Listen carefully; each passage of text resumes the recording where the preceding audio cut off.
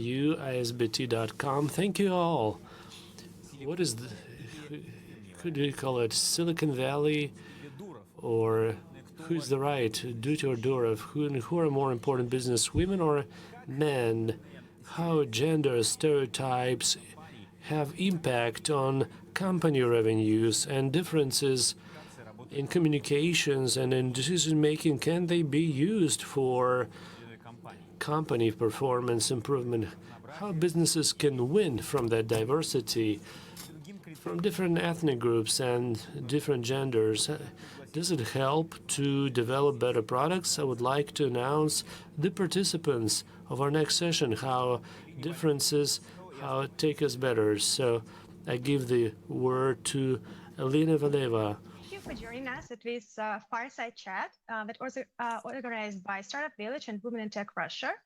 Our focus of this discussion is to look at how business wins by promoting diversity, and teams with people of different genders, races, and other criteria create better and high-demand products.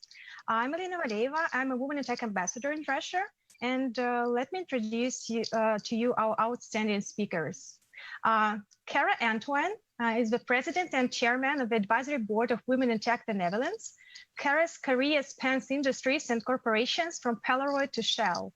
At Microsoft the Netherlands, Kara was the chief of marketing at digital operations, and she has a doctoral business administration degree from Bradford University.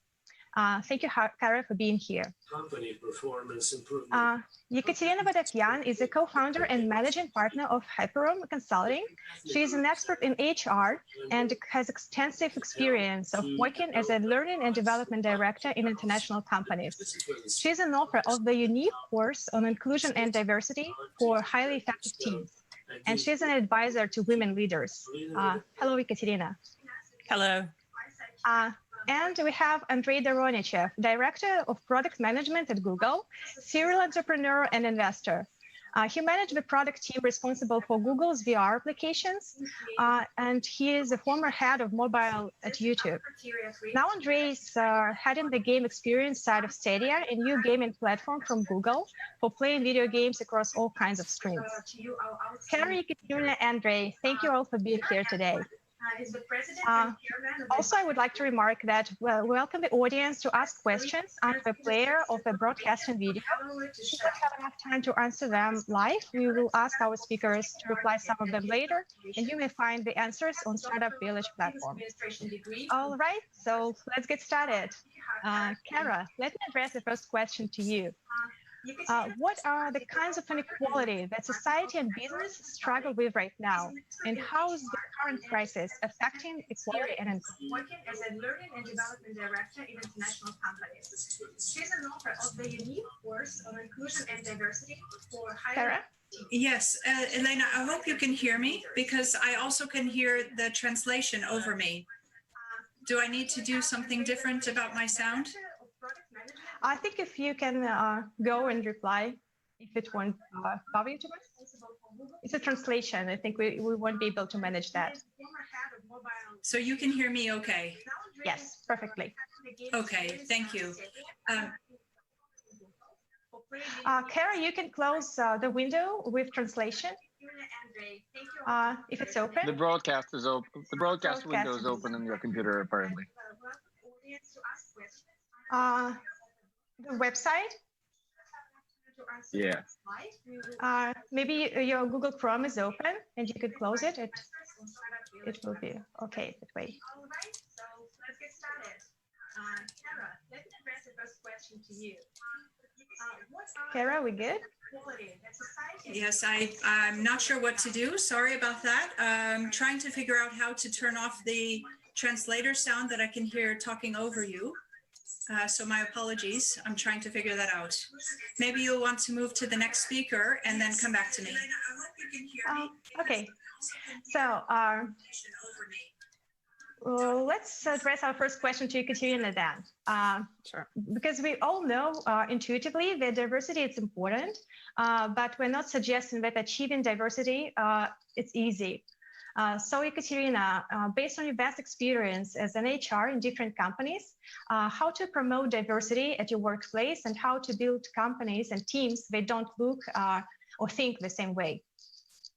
Thank you very much, Alina. Thank you. I will start talking about the how, but in the meantime, I'd like to pose a question to the audience and ask them why promote diversity. Why, in your experience, do companies launch costly and sometimes complicated inclusion and diversity initiatives? What could we possibly gain from it? Because if you think about it, for a Moscow-based or Russia-based company, hitting the numbers is not that hard. Russia was the 6th country in the world that gave the women all the rights we could possibly dream of. The right to vote, the right to be elected, the right to education, anything. And so this quick emancipation led to a very interesting phenomenon where women actually joined the workforce very early in the 20th century and started making their way up. But interestingly, that didn't quite change the culture of decision-making and the unconscious bias inbuilt in the process of how large companies hire, promote, and reward people. So basically, in many cases, diversity is not just about the number of women on board. I had a very interesting experience with a high executive in one company where I wanted to meet her and introduce myself and talk about what we have in common. And as I started talking, just like in The Devil Wears Prada, or even worse, I got interrupted and she said, "I've read your bio. Now let's get to business." So I am convinced that when we talk about diversity, it's not just about the number of women or the number of men for that matter. It's about behaviors that bring us together. And in order for behaviors to bring people together towards better decisions, we need diversity going along different planes. We need to see diversity in age, in gender, in education, in linear versus non-linear careers, where no career move can make you lost for the larger workforce. Also, country of origin is very important, because with different national backgrounds, you bring different approaches to problem solving. There was, going back to the answer, why companies need diversity. In 2017, BCG started a large study, initially with just 100 companies, and then they expanded it to 1,600 companies to see whether there's any link between the workforce being more diverse and better results. And they were really unsure about it. Like they were betting on it being a lost cause. And were they surprised to find out that more diverse companies had an additional 20% of innovation revenue? So basically, when we talk about diversifying the workforce in 6 different dimensions and several different dimensions, we talk about more money from new products and services, not just better ideas or nicer chats, but we actually talk about the revenue streams. And even though there are many sad examples, I see at least a couple of bright spots. Large companies like, for instance, Heineken have launched large-scale inclusion and diversity initiatives where they have ambassadors promoting that theme inside, and where they have training programs. But to say that a training program is an indicator of a successful diversity initiative would be actually wrong, because what we're looking for is uncovering bias that's inbuilt in the selection process, in the recruitment process, and in the decision-making process. You wouldn't believe how many hiring managers in Russia start their conversation with candidates with questions like, are you married? Did you go to the same school as me, like Moscow State University or something? Do you play football? And based on the answers, if they get 3 yes answers, for instance, they make a positive decision, because we naturally cling to the kind of people who are just like us. That bonding is a part of our wiring. We are wired to connect with people who are like us. But in this turbulent, changing world, where the old answers and old decision-making schemes don't work, many companies are better off specifically looking for people who are not like us. And that really requires a change in mindset. So setting diversity targets like plus 20% of people from a different industry, or plus 30% of early millennials, for instance, is a good idea, but it's just step one. This way, we sort of hack the bias in the process and turn the lopsided process around, getting more diverse people in the funnel, in recruitment workflow, for instance. It's equally important what we do next and how we promote people with weird, strange ideas, people who are not like us, people who we cannot connect to on a personal level. That I think is a big dilemma.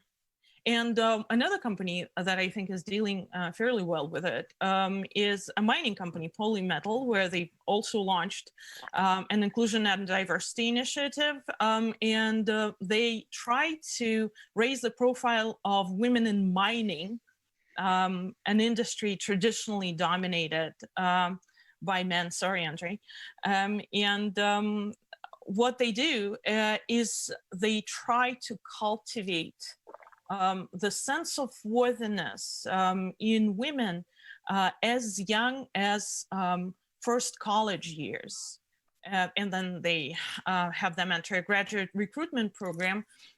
In addition to inclusion and diversity courses that they run company-wide, they have a special women accelerator where they actually help build their talented young female leaders' self-esteem in the sense of self-worth.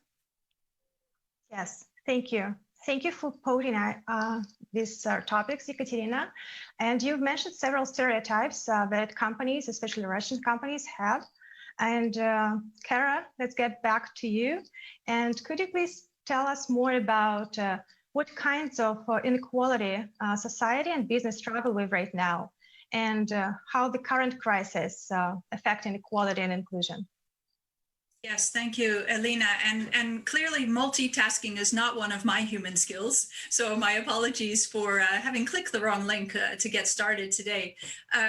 But I think something that Ekaterina said is where I want to build in this part of the conversation, and that what we're recognizing right now is that it is necessary for us to understand the importance of including diversity in everything that we do in order to make us more human and to look for those human connections. I think, in fact, now more than ever before is the importance of making human connections.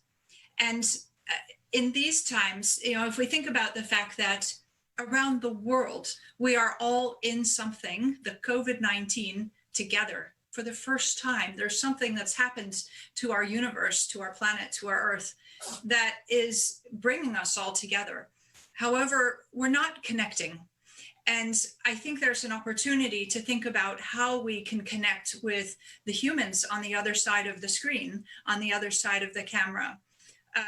when we look at the organizations today that are coping well, that are doing well, they're putting compassion first. So I hope some of you had some compassion for me just a moment ago as I was struggling on my screen.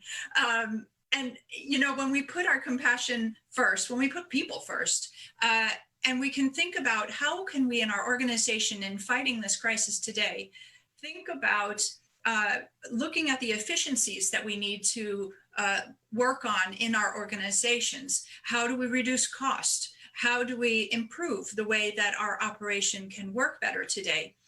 Not by firing people, because in fact, after the crisis, we're going to need our people. And everyone else who is taking that as their leading strategy to think about, I'm going to fire people to save costs. Well, you won't have those people to get back to business again when the rules start to loosen and we do get back to work. And so I think it's very important to think about how we are looking at our strategies and the different scenarios for improving the efficiency and in the innovation that's needed by leveraging the people that we have in the right ways. And there are a few examples that I've seen that have gone from good to bad to good. So to name a few, when we have seen some of the decisions, for instance, of Disney, I would say they went from good to bad at one point in time in their recent strategy, because they chose to eliminate hundreds of thousands of jobs around the world of the individuals that were working at parks, at the amusement parks. And they quickly were starting to think about, well, I have all of this talent around the world. I have people that have been dedicated to us. How can we actually help them find other work in the communities that they live in order to stay sustainable in this economy? Another example is Nike, as some might pronounce it, and they've gone from bad to good, I would say. So they initially had a strategy which said, we'll close all of our shops. And all of those retail presence that we have operated in the world, the individuals can't pay the rents. And so, well, we better just close the doors. And they quickly rolled back that strategy and said, well, that's not the right thing to do. How can we, in fact, support those shop owners, those store owners, and making sure that, that they will still have a business to return to when we do all get back to work again? And a third example is Amazon.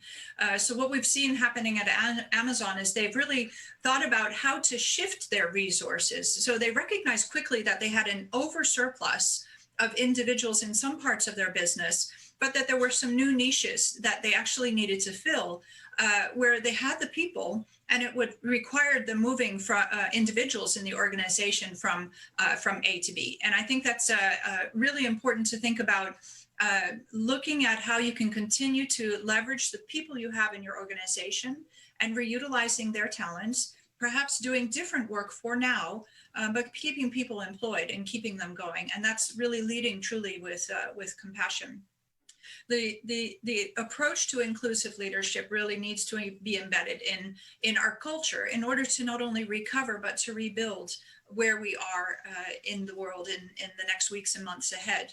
And I think when we consider some of the people skills that are so important, what I would call the feminine archetype, there are a number of attributes or qualities that I would define within this feminine archetype, and they include attributes like having empathy, well, compassion I've already mentioned, being able to listen, having care, and being able to service others, and being humble. And I think one, world leader example that we have recently seen is Jacinda Ardern, the Prime Minister of New Zealand, who has clearly led her strategy and for the country of New Zealand with tremendous compassion, and also being a very strong leader who could take great decisions. And so it's very important to think about, so who are those leaders that are, in fact, without the job title that they have, who are people who care?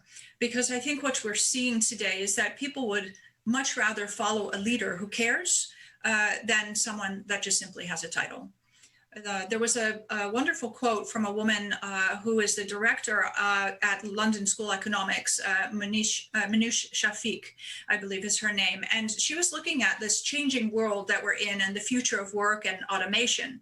And she reflected that in the past, the jobs that we used to do were all about the muscle. So using manpower and our muscles.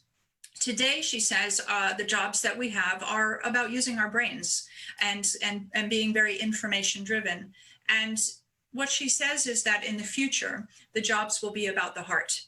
And I think that's a really beautiful quote to really consider where we are in this range of needing to have the human connections and human skills. There are certainly a number of inequities that we see as a result of COVID-19 and the crisis around the world that unfortunately I see are worsening as a result of COVID. And there are three short examples to share with you in that area. So first is there's a huge impact on women. Above all, we're finding where women are predominantly the small business owners. Those businesses are being hugely impacted because of the COVID crisis, and we're seeing women be affected as a result. You also have women, of course, in corporate roles and other organizational roles where being at home now means that they have multiple things that they need to do because their children are also home and their partner also being at home. So women who are mothers are also finding themselves now in the role of not just doing their job and their work at a location like home, but also being the homeschooler, doing household chores, continuing to provide for their family. And we're also quite unfortunately seeing a sad rise in abuse of women because of the fact that they're at home with their abusers. There's a second area which I would reflect on in terms of the inequities that we see as a result of the crisis, and I would say that's digital inequities. And in this area, so for instance, not everyone around the world has access to the Wi-Fi. And in terms of the connectivity and the hotspots to enable people to connect. And so I know many organizations, for instance, Microsoft are working on making more Wi-Fi hotspots around the world in order to help people get connected. The other piece on digital inequities is computers. So for instance, in a household where maybe there was one family computer, now suddenly you had all of your children that throughout the day needed to work on a computer to do their classwork, as well as mom and dad and anybody else who was in that household needing to all work on a computer at the same time. But not every household is fitted necessarily with having one computer per person in order to do that. And the third area that I would say that has been a rise for me in the space of inequity is in terms of accessibility. So if we consider webinars, for instance, like where we are today, without having subtitling, speech to text in real time, we may be missing out on parts of our population if we consider that 1.2 billion people on the planet suffer some type of an impairment. We're missing out on, for instance, the deaf population or individuals that may have a different language as their mother tongue, who could easily follow along with real-time subtitling in their own language. And also people who prefer to read, or maybe in an environment where they can't have the sound on, but would prefer to read. So if I think about those three areas, Alina, and this bit of background about the need to think about putting people first, those are some of the examples that I'd like to leave you with at this time. Yes, thank you. Thank you, Kara, for raising these many socially important points. And let's move our focus for a moment to the benefits that diversity brings to business. And we'd like to highlight real cases. So Andrei, you work in Silicon Valley, where diversity is a sensitive matter. Can you share your experience on how it improves products and services at Google? Sure. Hey, everyone. Andrei here, representing overrepresented group of wild male. I have a few examples of diversity benefits, and I want to preempt with saying I grew up I was born in the Soviet Union of 80s, and I grew up in Russia of 90s, and certainly diversity was not a top issue we were discussing. It wasn't something top of mind. It's not, and we always have a bigger fish to fry, right? Oh, I'm sorry, I have a computer issue, just a second. Can you guys hear me? Yes, perfectly. Okay, great.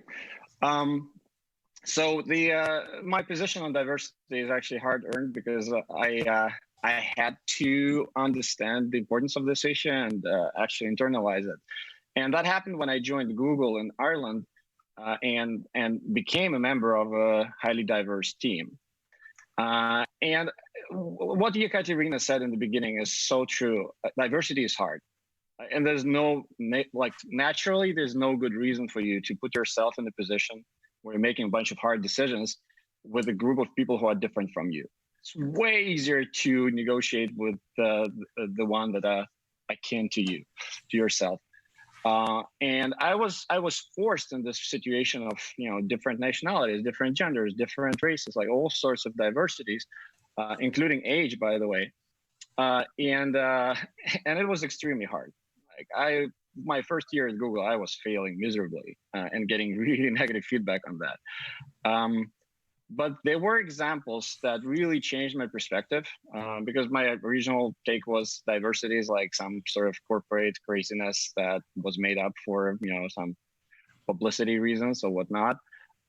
And I realized real benefits of this approach when I was working on YouTube, actually. In 2008, YouTube was just booming as a website. And of course, it's an American startup. And US population had very good access to broadband internet at this point. And I came from Russia, where actually, like outside of Moscow, it was quite rare to get good landlines with high-speed internet. And I was the one arguing for building the mobile version of YouTube alongside with a couple of colleagues of mine, none of whom was American. So we have YouTube mobile apps because of a Russian dude, a Chinese woman, and another guy from Romania, right? All three countries had a similar issue, and our background suggested that mobile might be the only way to access internet in many places in our countries, while people in charge of the website at that point seriously could not understand why it would matter. So this is one example where we had diverse backgrounds and diverse limitations in the place of origin. And those limitations caused us to bring a perspective to the table of people with very different view and tip the scale to the point which it turned out to be a really good decision. Another example, slightly funnier, is slightly kind of more on the surface. But as I worked on VR, we were working on virtual reality headsets in the very beginning of this new wave of virtual reality, and of course, the whole conversation. Well, first of all, we were a team of kind of white male engineers, excited about the topic and just diving into technology. And that was the core of the conversation. What is the resolution of the screen? What is the refresh rate? What is the weight? We were mostly focusing on technical aspects of the product.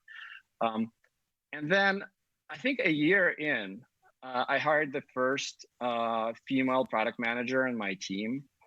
And the first thing she did, putting on the headset, the VR headset on her face, she went, "I will never wear this thing."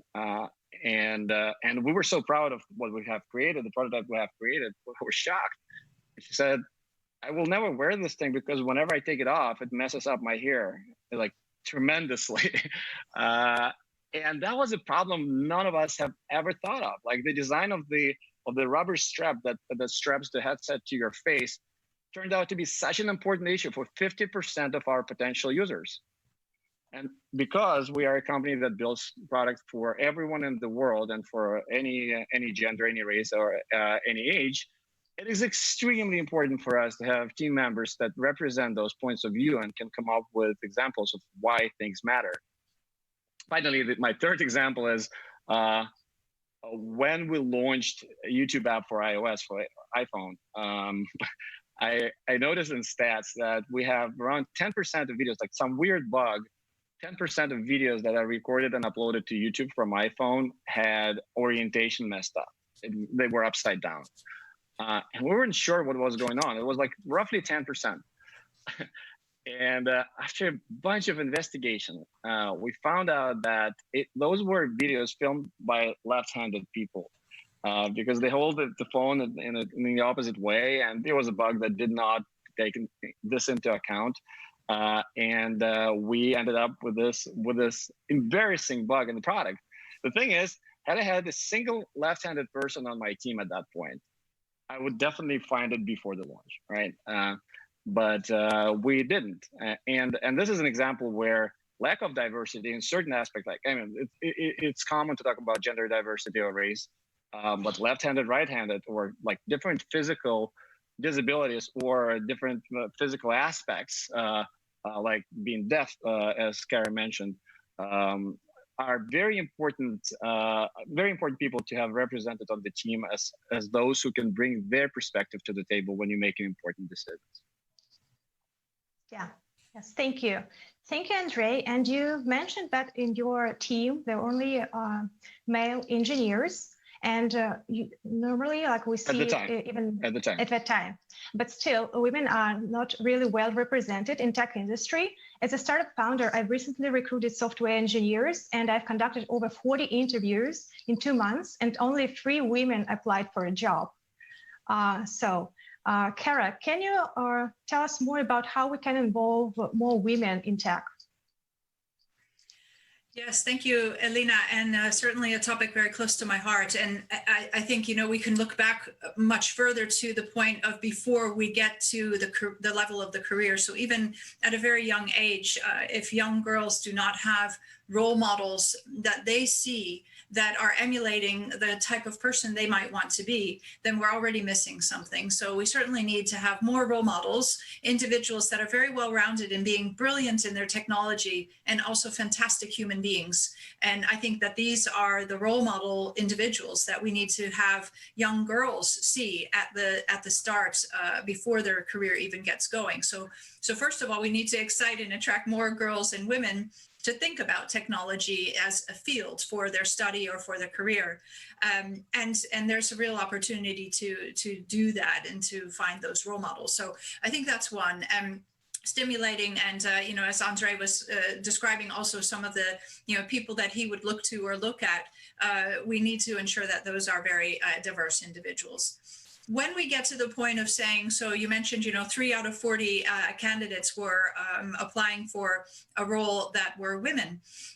So a few things I think we can think of quite practically. First of all, the jobs that we're posting, have we looked at those jobs from a lens of removing the bias from the description of the role?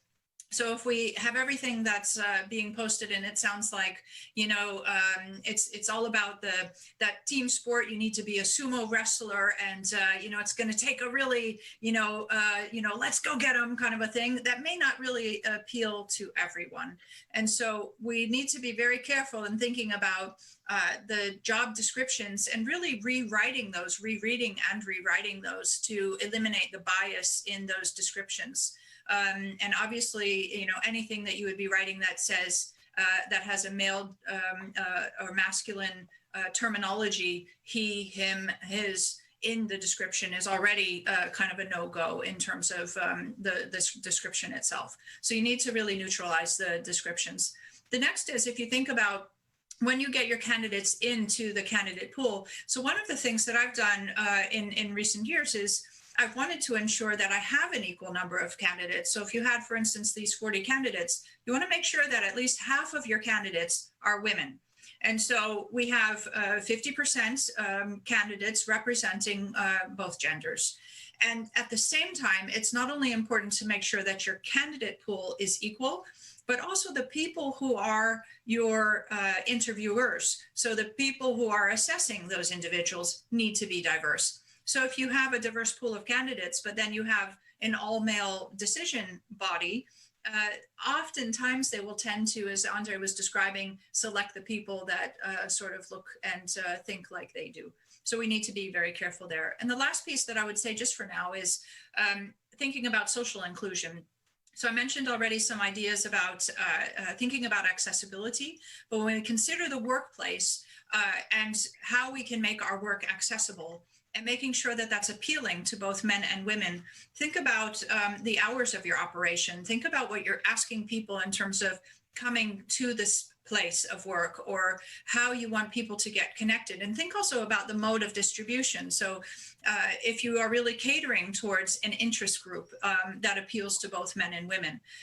So it really goes all the way back to the root of your own business model, how you want to operate and how you conduct your business. It's all very important. And I think the beautiful thing as a result of these considerations across the board is it will have even far greater reaching benefits for humanity in terms of ensuring that we have more equality in technology and in the workspace. Yes, you're absolutely right. Diversity without inclusion is not enough. And I wanted to ask Ekaterina to talk more about the subject. And the definition of inclusion is often left to personal interpretation, and many organizations, they seem unclear about what it is. So what does it really mean? Thank you for the question. I'll try to be brief. Basically, it means, are you a part of an in-group or an out-group? It's that simple. It's a very deeply covered unconscious bias that we have against anyone who is not like us. And the best companies make that shift from treating people as a part of their out-group to treating people as a part of their in-group by implementing onboarding programs, by implementing mentoring circles. And I would say that in our reality, the situation is aggravated by biases that women have about themselves. So addressing your question about 3 women candidates, what we see frequently is women who don't believe in their right to be successful and in their right to make money, even though they've been granted it, as we know, almost a century ago. And there's a widespread belief that if a woman makes more money than her husband, then the household will fall apart. So basically, in order for the environment to be really inclusive, we need to look fairly deeply into psychology of our interaction with each other, into who we attract, into what we allow at the workplace, and how we treat successful women. Because frequently, and unfortunately, this practice continues today, if something goes wrong in the family of a working woman and they go to a professional for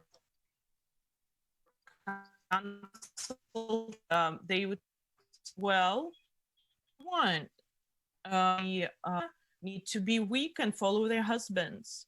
So unless we address this deeply rooted bias and make women and younger people and older people and people with different degrees a part of the big in-group, unless we do that, there will be no progress with diversity and inclusion. Thank you. Thank you, Ekaterina. The topic of our discussion is how diversity makes us smarter. And more studies are cropping up about how diversity affects important productivity influencers like decision-making and communication and problem solving. So Andrei, my question is, why diverse teams are smarter? Sure. I have an opinion, but there's also a bunch of research. So if you look up, like Scientific American has a great article on this. There's a bunch of peer-reviewed, proper science research on why diversity actually makes groups smarter. My take is very simple. Accepting different is an important skill that is not natural to us, as Ekaterina has said. Our brain evolutionary is trained to, or is designed, rather evolutionally, to notice and be attracted to things that it understands and likes. Having something different, letting it into your life is hard. However, that is exactly what leads to creativity. Like if you think about why Silicon Valley is what it is, well, one of the key traits of Silicon Valley is accepting different perspectives, accepting ideas that seem crazy, accepting the idea that an electric car could be a mass market product, accepting ideas that one day everyone will have the supercomputer in their pocket, so on and so forth. All these ideas seemed like a crazy science fiction back in the day, but they came in and people believed enough to bet their jobs, bet their careers, bet their money on those. And the reason those people have this ability to bet on unknown is because it is actually a skill. You can train it. You can train your brain to accept different. And if anything, I think diverse teams is a great practice ground for you, for your team to exercise this skill. Very simply, there's a research where they tried groups of 3, and some groups were just white, and some groups had one black person in them. And it is a proper scientific research, right? And they did a murder mystery game in which everyone had some parts of the clue, and they had to negotiate within the group to discover the full picture. What they found was that the groups with diverse interracial participants had way better results. I think plus 20% success rate. Simply because when you have someone different in the group, that forces your brain to switch into the mode where you are more accepting of different perspectives, even if they come from the members of your own kind. So all in all, it's a combination of science and practical wisdom that I see here. But at the end of the day, as hard as it is, diversity will make your team smarter. Just like going to the gym is hard, and it makes you stronger as a human being. Thank you. As simple as it is.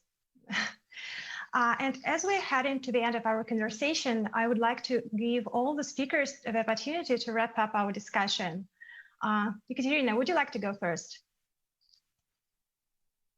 Ekaterina, you're mute. Sure. I think to conclude, it's not about celebrating differences. It's about living the differences every day and uncovering new styles of thought and appreciating how people can be creative and how we can think outside the box. If we talk to those from the other part of the spectrum, if we talk to people from the other part of the world. So basically, by accepting diversity, we make ourselves richer. Thank you. Andrei, what are your final thoughts on the topic that we've discussed here today? I really loved the idea that Garrett brought to the table, which was the professions of the past were about muscle. Today is a lot about intellect, and the future is all about heart. I would reframe it slightly differently, like in the world where distributed compute takes over from supercomputers, and where AI is taking over a bunch of jobs from humans.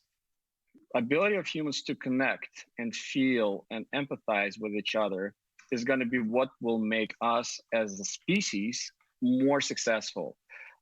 So in a way, right now, the conversation about diversity is not about us succeeding as business owners or as professionals. It's also about us succeeding as humanity. Thank you. Thank you. You're absolutely right. Kara, what is your call to leaders? Yes, thank you, Alina. So it's so important now to be more human than ever. And my call to everyone is to look for how to strengthen those human connections. And, you can do so in such simple ways every day in terms of checking in with the people in your team, in your organizations, and those around you, even if it's a 1-minute check-in at the start of every meeting, just to check the energy of people, check the tone, check to find out how people are doing, and check in with them regularly, making sure that you're avoiding any assumptions because people may show up differently from time to time, and understand your own biases in that. I think it's also hugely important to set very clear expectations and be very transparent at this time in terms of the guidelines that your organization is operating around. And in these ways, by finding those real human connections and making sure that we're completely in tune with what is going on for people on the other side of the camera at this point in time, then I think, as Andre was very, very beautifully saying, this will benefit humanity, and we will all have even greater outcomes as a result of that. Thank you, Kara. Kara, Ekaterina, and Andre, thank you so much for being here today and for sharing your thoughts and insights and experience. And thanks the audience for watching. And my last thought is, let's all of us embrace and promote diversity and inclusion, not only at our workplace, but at our personal lives too. Thank you very much. Thank you. Thank you.